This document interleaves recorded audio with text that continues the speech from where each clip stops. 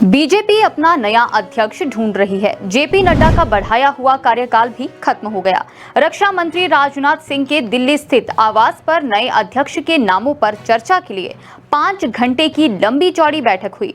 इस मीटिंग में राजनाथ सिंह के अलावा मौजूदा अध्यक्ष जेपी नड्डा, बीजेपी के संगठन महासचिव बीएल संतोष, आरएसएस से जुड़े महासचिव दत्तात्रेय होसबोले और संयुक्त महासचिव अरुण कुमार ने हिस्सा लिया था।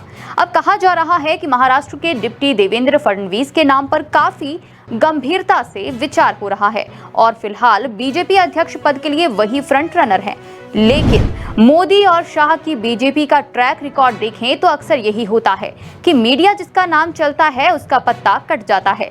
लेकिन समीकरण फडणवीस के साथ है, वो आरएसएस के काफी करीब और नरेंद्र मोदी के करीब हैं। चूंकि जेपी नड्डा ब्राह्मण हैं तो उनकी जगह देवेंद्र फडणवीस को देकर ब्राह्मण का प्रतिनिधित्व कायम रखा जा सकता है।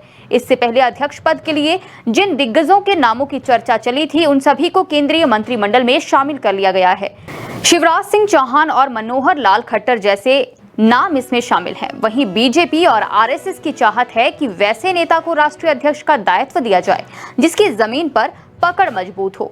ऐसे में शिवराज सिंह चौहान अच्छी पसंद हो सकते हैं, लेकिन उन्हें पीएम नरेंद्र मोदी ने कृषि मंत्री की बेहद महत्वपूर्ण जिम्मेदारी दे रखी है।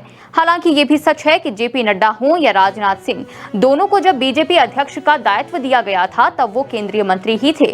अहम बात यह भी है कि इसी वर्ष 4 महत्वपूर्ण राज्यों के चुनाव हैं, फिर अगले वर्ष दिल्ली और बिहार जैसे प्रमुख राज्यों की बारी आएगी। इन अवसरों के साथ साथ हाल के लोकसभा चुनावों में उभरी चुनौतियां भी नए अध्यक्ष के चुनाव की कसौटियां बनेंगी।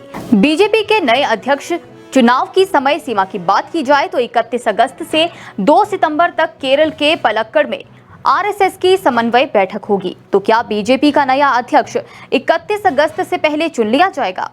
दरअसल एक अटकल ये भी है कि चूंकि बीजेपी के प्रदेश संगठनों के चुनाव भी होने वाले हैं, इसलिए संभव है कि कम से कम आधे राज्यों में संगठन चुनाव संपन्न करा लिए जाएं।